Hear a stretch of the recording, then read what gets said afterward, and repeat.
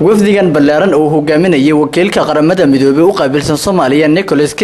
oo maanta soo gaaray magaalada Beledweyne ayaa waxa garoonka diyaaradaha ugaas Khalifa ku soo dhaweeyay maamulka gobolka Hiiraan ee dawladda Soomaaliya saraakiisha ciidamada nabad ilaalinta midowga Afrika ee AMISOM iyo qaybaha kala duwan ee bulshada ku dhaqan magaalada Beledweyne soo dhaweyn kadib waxa loo soo galbiyay wafdiga gudaha magaalada Beledweyne waxana uu kormeer ku sameeyay xeerada lama galay oo xarun u ah ciidamada dawladda Soomaaliya isagoona inta kadib kulan la qaatay maamulka gobolka Hiiraan ee dawladda Soomaaliya iyo qaybaha kala duwan ee bulshada ku dhaqan magaalada saraakiisha ciidamada AMISOM iyadoona kulankaasi looga hadlayay waxyaabo badan oo ay kamid ahaayeen ammaanka magaalada dagaal beeleedyo dhawaan ka dhacay deegaanka Kabxanley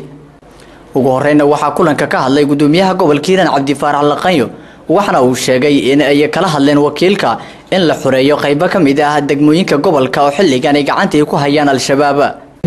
saamiyadiina waxaan tagnay maamul ahaan anagoo kaashanayna walaaleyna AMISOM tiro 7 jeer jaraal soomaal habeen buu soo seexday meesha si amni looga shaqeeyo taasna waxaan rabaa Nicholas K oo ah ninka wakiilka gaarka ee jimciyadda Barnaamijka dhaxaysa kaamara saaka madaxweyne isaga la fadhiya intana ma aha dulmi isku raaca haddaan maamul ahaan ka qayb galnay ama ciidamada ka qayb galnay shacbigana sheegi lahaa gabagabadii kulankii lagu soo dhaweynayay wakiilka qaramada midoobay u qaabilsan Soomaaliya Nicholas K oo ka hadlay ayaa waxa uu ka warbixiyay safarka uu kaga yimid magaalada Muqdisho isla markaana uu ku soo gaaray magaalada Beledweyne. This is my first visit to anywhere outside Mogadishu in South Central Somalia.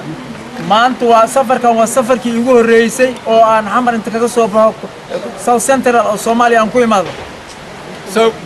why did I choose to come to Beledweyne and to Hiiraan? maxaan u jeclays haday saastay maxaan u doortay inaan u imaado Beledweyne Hiiraan oo hadda gaar ahaan Beledweyne. The answer I have heard today and I've learned. jawaabta aan maanta maqlay ama aan arkay ama aan ogaaday is that Hiiraan, the future of Somalia rests with what happens in Hiiraan. in ayaha ay mustaqbalka Soomaali ay ku xiran tahay